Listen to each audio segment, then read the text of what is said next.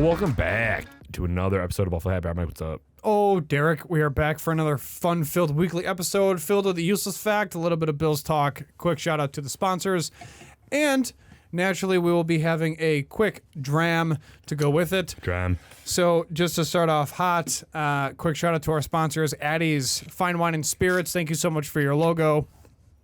And Queen City Creative Works is an Etsy shop on Roids, family-owned local small business in Buffalo. If you want to support two businesses in one, head on over to queencitycreativeworks.com, scroll down to their Shop Now button,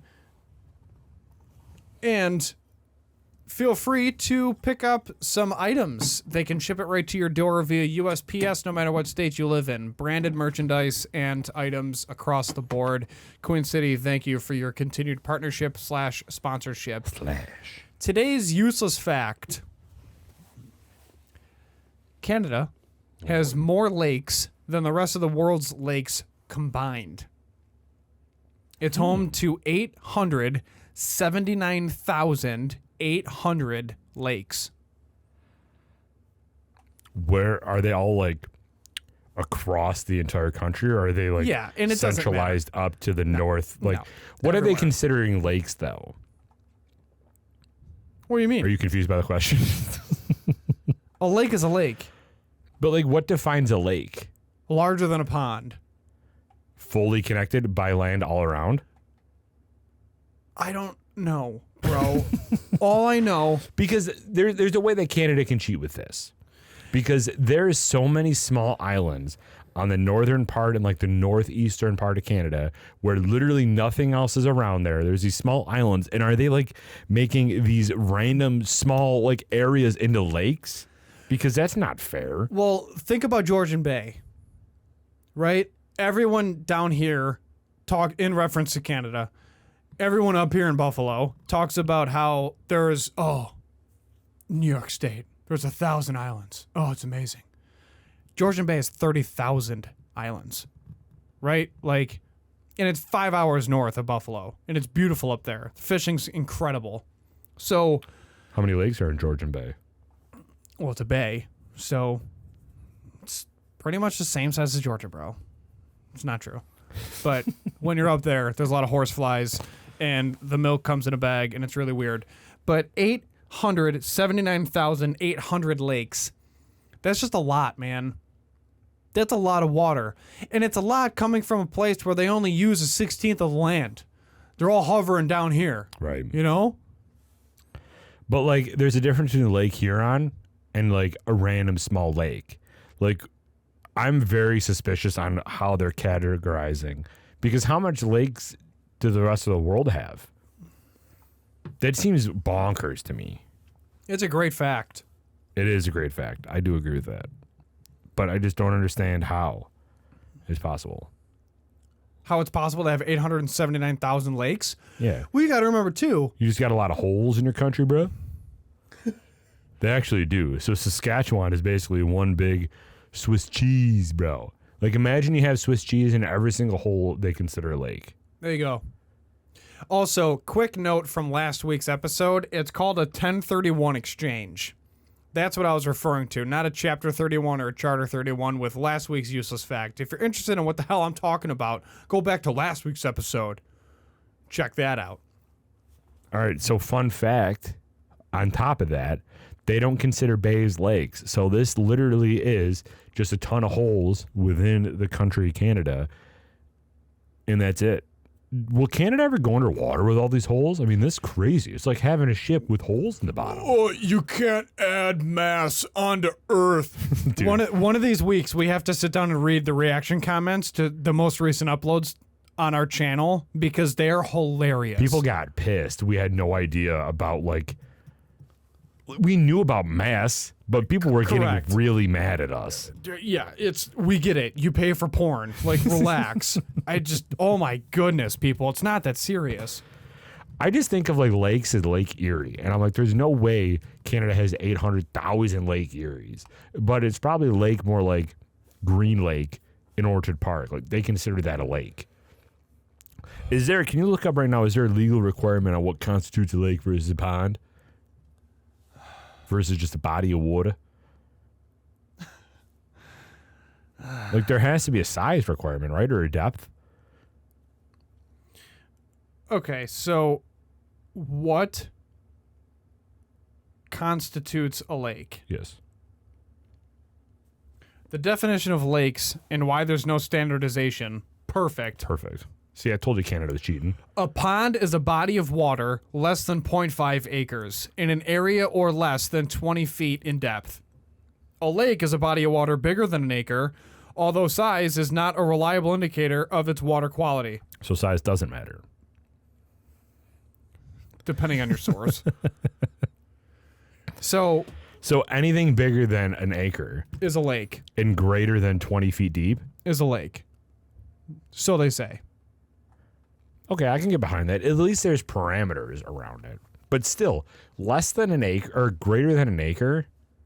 I mean, we've looked at houses on it. We're looking at acres of land. Acre isn't that big. I know. feel like I've seen some ponds that are flirting with the legal requirements of being called a pond. Yeah, but they're not 20 feet deep. I'll show you 20 feet deep. So if you're over an acre, but like 4 feet deep, are you a pond? Or what are you? Can we not? We can't. I'd much rather talk about Matt Milano for the next 4 hours than trying to distinguish between a pond and a lake. I just think Canada's cheating. All right, anyway, The only thing they're cheating is their healthcare system. damn right, dude, it's a train It's wreck. free. Oh my God. What a load of horse baloney that is. So bad. Friggin' Mounties. We are 2 weeks into the Bills season. The Bills have a 1-1 record. We lost to the incredible New York Jets in week 1, and we won against the Las Vegas, still considered Oakland in my eyes, Raiders in week 2. We talked a little bit about our expectations for this year, but week 1 was a train wreck. And clearly, most of the blame is on Josh Allen. I mean, no one's denying that. Even Josh Allen is saying that was on me because he threw stupid interceptions. But you say it's attributed to preseason being too short and a couple other factors. But do you think that there's anything else that contributes to that loss? Like, do you think that the Jets defense is just that good that they just tricked Josh Allen into making throws? They have our number. I don't understand what it is, but he doesn't play well against the Jets. He doesn't. Historically, statistically, just run the numbers. It's not great. Comparatively to like Miami, where it's like he's literally their dad. So I don't know Or what New England? New England probably better. their middle linebacker plays really well against us every single time, and it's so annoying. Last year, when he was out because of an injury, he went out after like the second quarter, and it literally changed the game. Do you remember that? We were watching the game together. Yeah. It was noticeable, absolutely noticeable.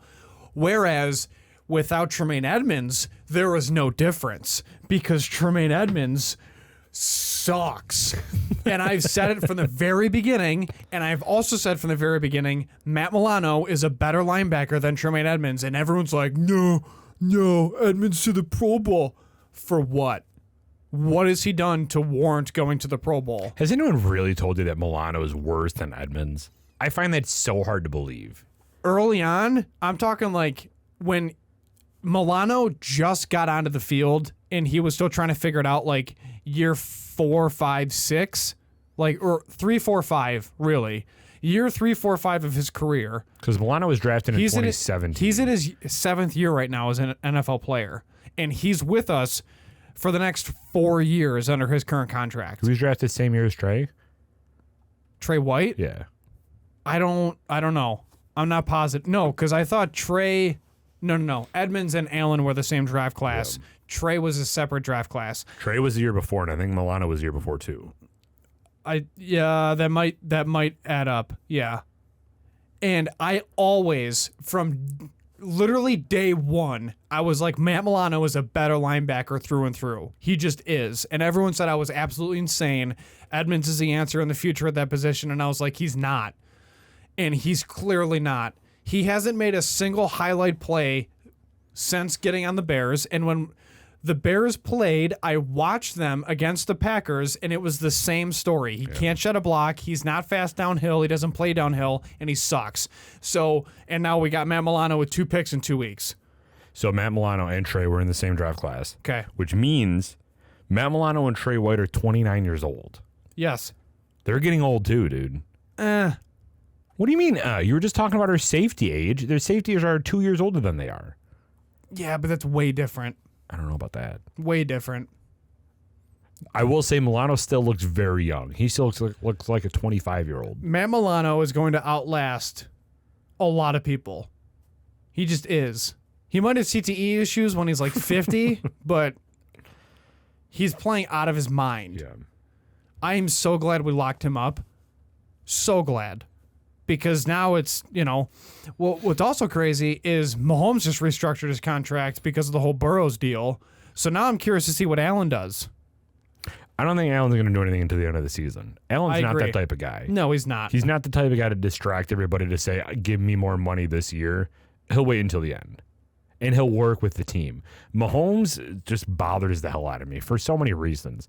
But I think that this contract restructuring was specifically because he was not the highest paid quarterback, and he's like, I want to be. It just seems, how can they afford him, Kelsey, and Chris Jones? They can't. And I guess they don't have any other playmakers besides those three, though. Correct, they don't. They're really relying on the offensive scheme to make the other weapons work. Yeah. The problem is they're not San Fran. Like, the 49ers have it dialed in because Shanahan's an actual genius. Like, Andy Reid is a phenomenal coach. Absolute fantastic coach. He's offensive mindset heavy, obviously, but you're going to run out of money. When the contracts are that big and the cap isn't there yet and you're spending that much, like, it just doesn't. Mahomes' contract makes sense in 4 years. It doesn't make sense right now. Like, from a league standpoint, the league's making a ton of money. But, I mean, $275 million to Burrows, that's insane. Mm-hmm. It's just an insane amount of money. The league minimum now is $750,000. That's wild. That's a lot of money. What's Vetman now? 1.2? I believe so. Something like that, yeah. I mean, that's crazy. It used to be $400,000 for league minimum, Can you imagine making $400,000 to play a game? But you don't play. I know, right? If you're making league minimum, you're not playing. Yeah. If anything, you're a special teamer. What a great thing to do. You make as much as the president does to sit on a bench. That's Granted, true. that's what our president does right now. So That's true. That's true. all right, so What?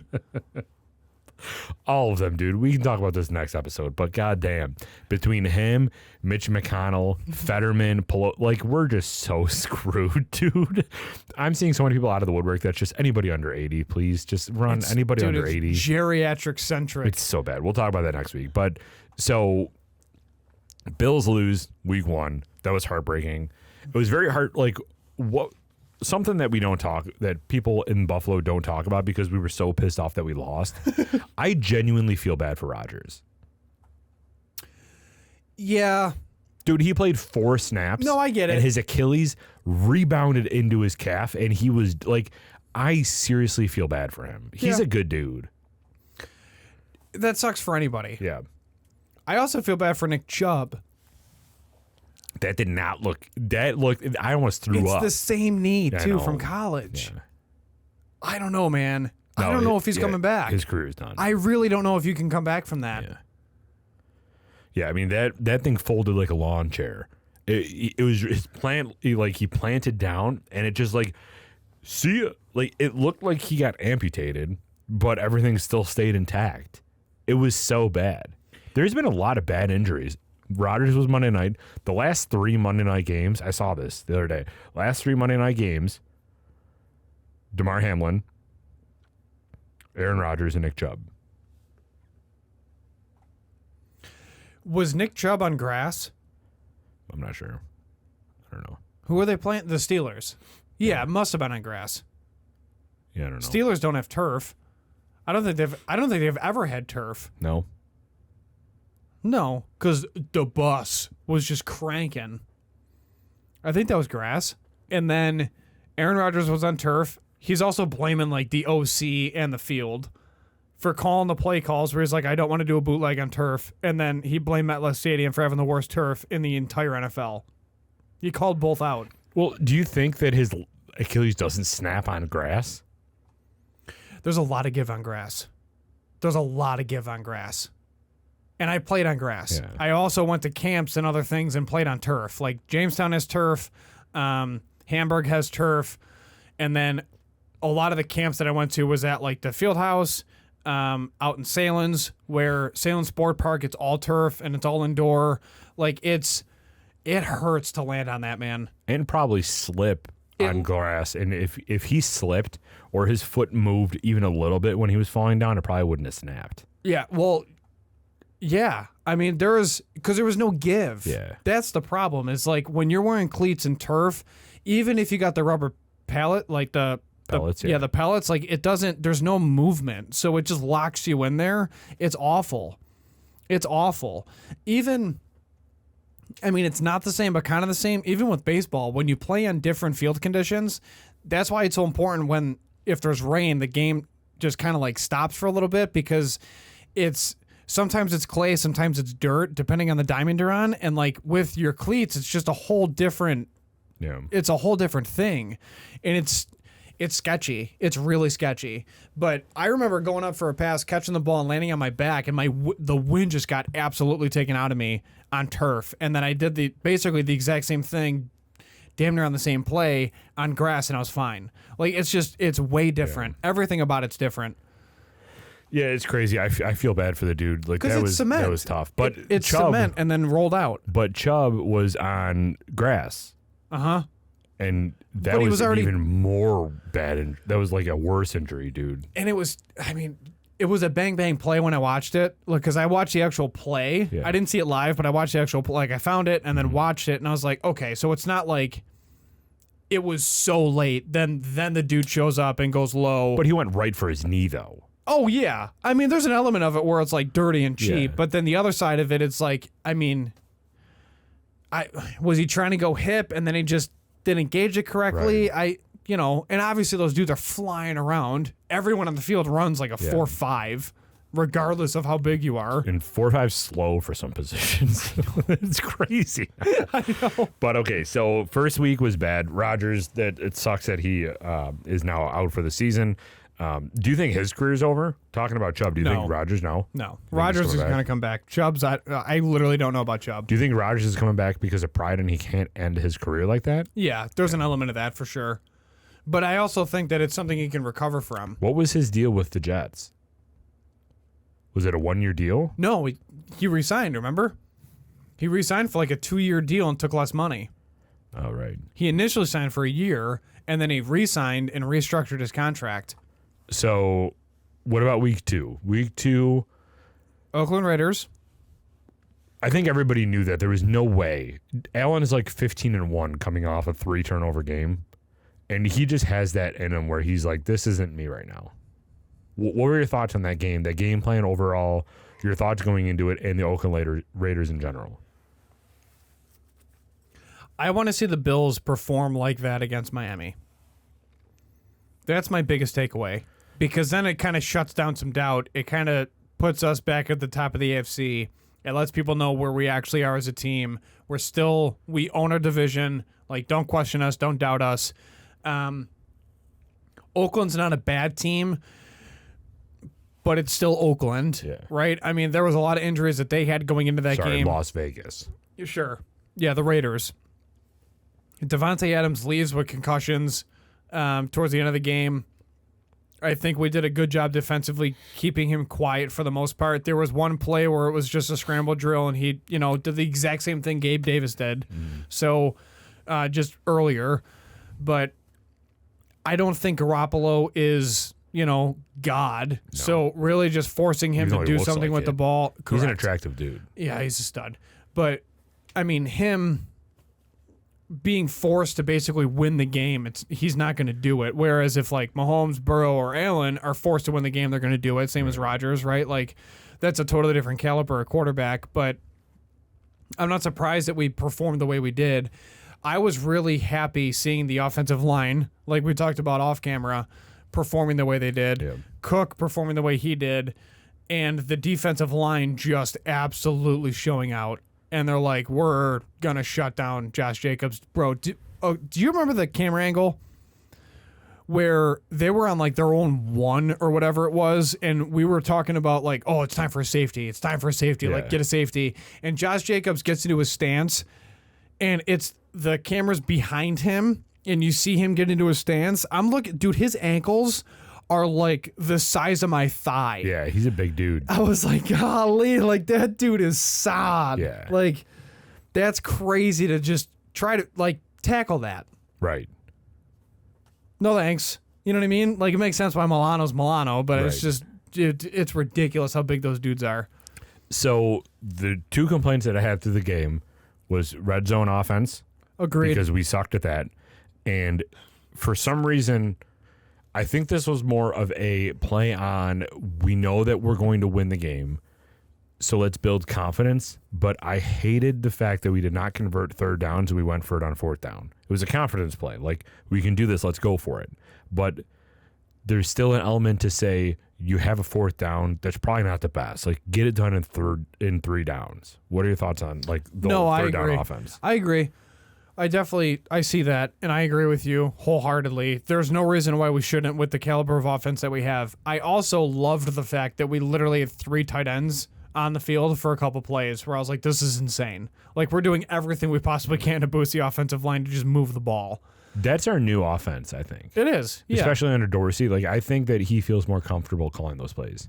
Well, that's what he's used to. Yeah. When he played for Miami, he had 2 tight ends, and he dominated. I mean, he was the winningest college quarterback ever. So I'm not surprised. That's why I also think that he was very heavy on, we need Kincaid if possible going into the draft. And luckily he fell to us and we were able to, but I think he was pushing for a tight end. So this is a new segment that I want to do every week when we actually review a game, because there's a difference between team game MVP and so far season MVP. Based off of last week's Raiders game, who do you think was the game MVP? And then currently, who do you think the season MVP is so far for our team? Through 2 games, I think both are Matt Milano. Yeah. You?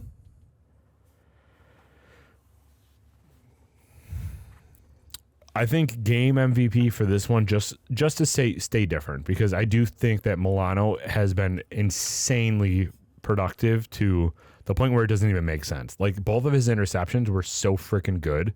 Bernard had a good game. He's not the game MVP. He had a decent game. He got that interception off the tip. I would argue that the game MVP was Spencer Brown, just because of the way that he handled one of the arguably the best pass rushers in the entire game. I would also say, or in the entire league, I would also say the game MVP would be James Cook, with just how he was able to manage the entire offensive scheme and be able to change the dynamic of how people or how that team played us that week. Cook having 136? Thought it was 25. Either way. 126, yeah, either way. Either Over way. 100. Huge for him. Huge for him. And you could tell he was just waiting to break one. Yeah. Like, it was one arm away. And he was like, damn, if I could have just broken that one arm tackle, that's easily to the house. Yeah. He's got the speed. He's got the quickness. His body can move in ways that make absolutely no sense. I'm stoked for him. Yeah. Stoked for him. But I agree. Season so far is Milano. There's no way you watch that game, even if you're not a Bills fan, there's no way you watch that game and say, I don't know who 58 is anymore. No, he's everywhere. He's literally on every single play. All the time. Every single play. We've talked about this separately, and I've talked about this with other people. Why do you think he doesn't call plays on the defense? Because it's not a requirement that middle linebacker wears a green dot. No, but for the Bills defense, it is. And I think that's the only reason why. I find it very hard to believe that we would put a green dot on somebody that's very inexperienced and not as good just based off of precedent. There has to be another reason why. Do you think it's because, I don't remember if it was you were saying this or if it was Tom saying this, but do you think it is because they're just like, dude, you're crushing it. Let's not have any distractions for you. Let's not have you try to analyze plays. Just do what you do best and play the fucking game, because you are the best linebacker in the NFL right now. That was not me, so it must have been Tom. I don't think it's that. Because when you're at fuck that, you, Tom. well, hear me out. But also, yeah, fuck you. When you're at that level, it's the same as an offensive lineman. You need and want to know every other position. So when you're playing middle linebacker, you want to know the outside linebackers' jobs. And you also want to know where the defensive linemen are lining up for that play. And if they're out of position, you get them in a position. And that starts at high school. Like, that's a high school level thing. When you're the middle linebacker, you want to start to learn the other linebackers. If you see a D tackle or a D end out of the gap responsibility that he's supposed to be in, you shift him over. Or if you just see something that doesn't look right, then you just, you basically take your half step forward, smack him on the hip, and then he'll literally just shift over and fill that hole. Like, that's a part of playing the position. That's why it's so much fun, because you're literally seeing everything, and you know that you got help in the back, whether it's one high or two high safety look or whatever you're running. Like, that's what's fun about playing defense, where offense is so scripted. It's so and like with defense, you're kind of like it's slightly reactionary and vice versa or whatever. Offensive linemen, you want, basically your best tackles can play both left and right side. Your guards can play tackle as well. Like, you want to look for that. That's why Bates is so important, or having a center that can bounce and go to a different position is so important. Mm-hmm. Generally, the center is the most intelligent out of the whole group. So I don't think it's them telling Matt Milano, just go ball out. I don't think it's that. I think that they're really just sticking to what their system is, so that they have the right guy in the right spot and everything is what it is. Not to say that Milano can't do that position. I just think that it's not necessary. Sure. It's also not his strong suit. His strong suit is outside linebacker. So there might be an element of just keeping him there so that he can do what he's good at. And that's a part of any good leader, is just going to put his assets in the best spot for them, right? And knowing their capabilities. So, like, go do your thing. But I don't think they're preventing him from calling plays because of that. I think that it's just the middle linebacker's role to call the plays and wear that earpiece and just tell the defense. What they probably have done since Edmonds has left is change what it looks like, where they're like, this is what it is, opposed to, hey, this is what it is. You have, options 2, 5, and 6 on your wrist. And then once he gets to the line and sees what the offense is showing him, he'll just be like, hey, we're going to switch to 6. Like, this is better suited, because he knows that. Bernard might not be there yet, but I think it's just like, hey, just run this. And then he gets the guys in the huddle, and then he goes, hey, like, we're running number 5. Do you think there's ever going to be a switch to Williams as the middle linebacker? And if so, what week would you forecast it being? Because for me, so far what I've seen, it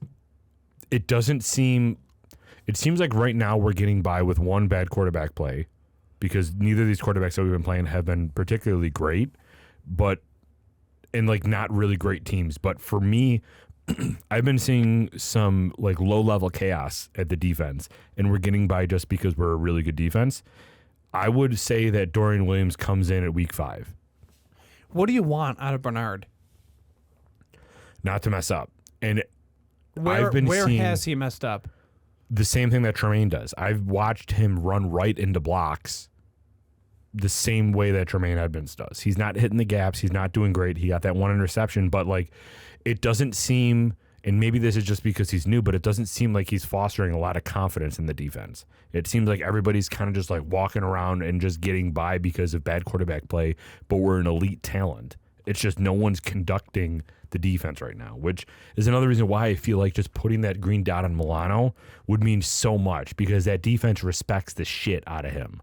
And it would be a completely different leadership under him. But part of me kind of believes the fact that, dude, just let Milano do what he's doing, because clearly it's working.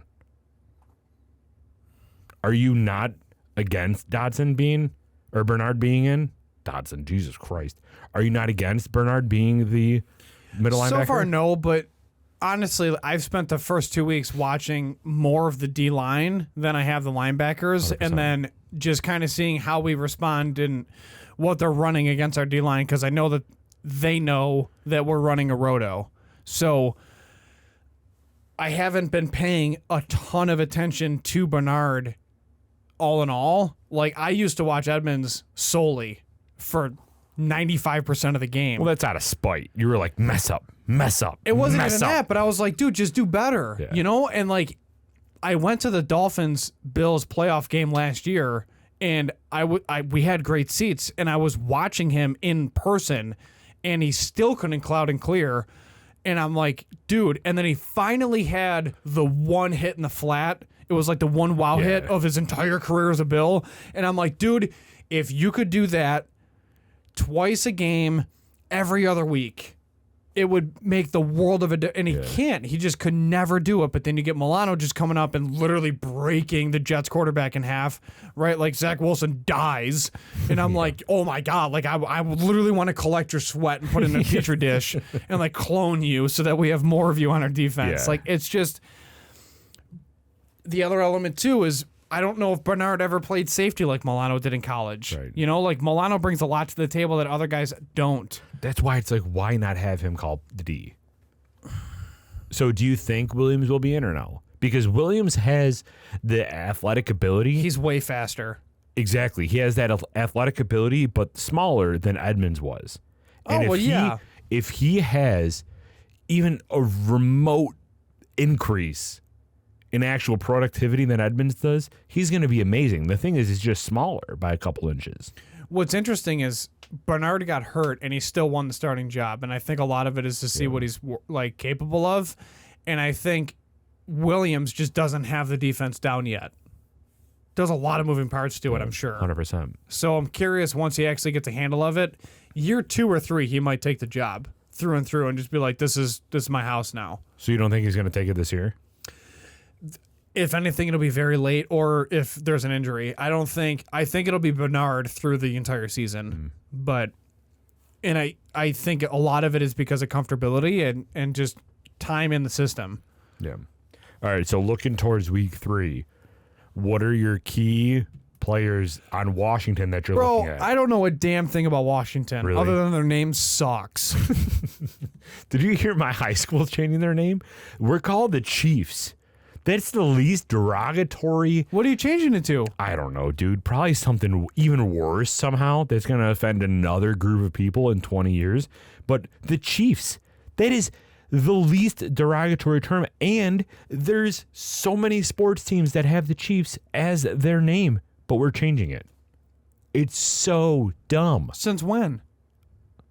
A couple weeks ago, I Who think. voted for that? I don't know, dude. It almost sucks. I'm never living there. So Washington Commanders, their big players are their entire defensive line. Their defensive line is one of the best in the entire league, with Chase Young, with Montez Sweat, with who's the other two? There's their entire offense, our defensive line is top 2, if not the best in the entire football league. Well, they've also had like the top pick for the last like 9 years. Correct. They also have a good running back in Brian Robinson, the dude that got shot in the ass during the carjacking. Oh yeah. Yeah, he's back, and he's actually mad good. They have a second running back, Antonio Gibson, who's also decent. And they have scary Terry McLaurin, who is probably one of the most underrated wide receivers in the entire game. He just has never had a good quarterback throwing him the ball. And Ron Rivera came out and said, you know what? I thought Sam Howell was basically trash. He's a great quarterback. So now we're playing him. So really, from what I'm looking at with the Commanders game is, can Trey White take away McLaurin because he's a great wide receiver? And can our offensive line handle this 4-pass rush of their defensive line because it's that good? I'm not concerned about the running back because What's we the held key to the Jacobs. game for us? Get the ball out quick. Yeah. Okay. More of exactly what happened last week. Okay. I truly believe if we stick to the game plan we had against the Raiders, where it's let the defense dictate what Josh throws, and Josh doesn't get crazy unless it's late in the game or he really needs to, I think that that's a winning game plan for the entire year. I don't see how that doesn't work. Agreed. Which is what bothers me because I know that everyone else knows that. But Josh just gets bored. I think he's in the backfield and he's like, I don't want to pass the 3 yards to Diggs on a slant route across the middle when they're playing zone. I don't want to do that. I don't want to try to thread the needle between the middle linebacker and the cornerback he's like, I just don't want to do that. I want to throw it deep to Davis and just have him go up and get it, which bothers me. Yeah, it's annoying because it's hero ball. But I feel like if he does that same game plan from last week, there's no reason why we can't go all the way. Washington's weird because you look at him on the calendar and you're just like, okay. And then when you actually dive into it, you're like, dude, I'm almost like I have to worry about certain things. And I don't want to worry about these kind of things. I'm most worried about our pass rush because as soon as Allen gets rushed and pressured, that's when he starts kind of making these weird plays. I'm going to pull up the Washington's depth chart right now because I know Chase Young. He's also been injury prone since he got into the league. So I know about him, and he's like annoyingly large. Yeah, he's a big dude. He's huge. So yeah, that's. Are we watching it together? Good. I don't see why not. I don't have anything else going on. It's Sunday at 1:00. I think so, yeah. Oh, I'm fried. Never mind. What do you mean you're fried? I had to go to my dad's for his birthday, and then I have a surprise party after Listen. that. I totally forgot about. I know, I'm a dumpster fire. Can you not do that Dude, ever I'm again? living my life quarter mile at a time. Family. I'm your family. You are. Also, side note, did you know that the Tony Soprano, you've seen The Sopranos, right?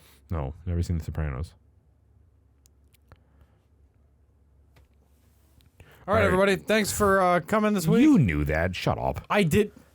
We've talked about this before because I told you I've never seen The Sopranos. Anyway, so McLaurin, he's an issue. He's going to be an issue.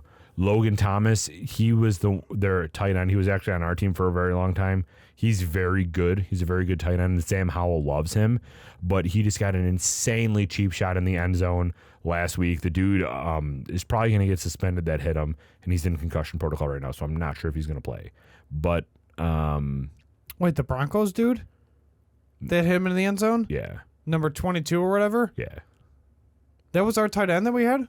yeah. I didn't know that. And 22 did the same thing Last one. week. Yeah. Yeah. So, He didn't get suspended, though. No. He got fined. right, he didn't get suspended, but I think he's going to get suspended this week. Curtis Samuel, Jahan Dotson, they're 2A, 2B wide receivers. They're decent, but they're not crazy.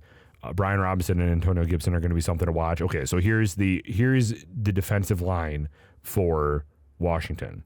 Montez Sweat is the D end on the left side, I think. That's a very unattractive name. Darren Payne, who's an insanely good defensive tackle. Jonathan Allen, who's an insanely good defensive tackle, and Chase Young. That's their front four. They have But easily they never one of, rotate? no. They have easily one of the best defensive line, though, in the game.